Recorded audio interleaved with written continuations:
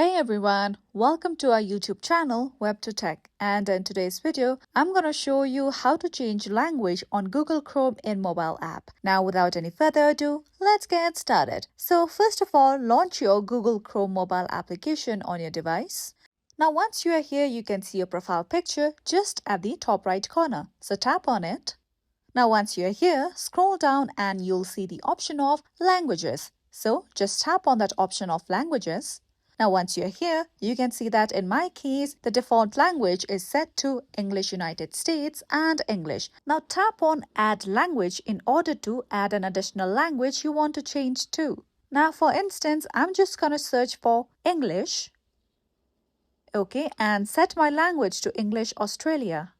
Now if you wish to, you can also slide the above languages to the left and delete it, so that your default language will be set to English Australia. You can do the same step if you want to add other languages as your default language in Google Chrome browser. So after you follow these steps, tap on the option of Done at the top right corner.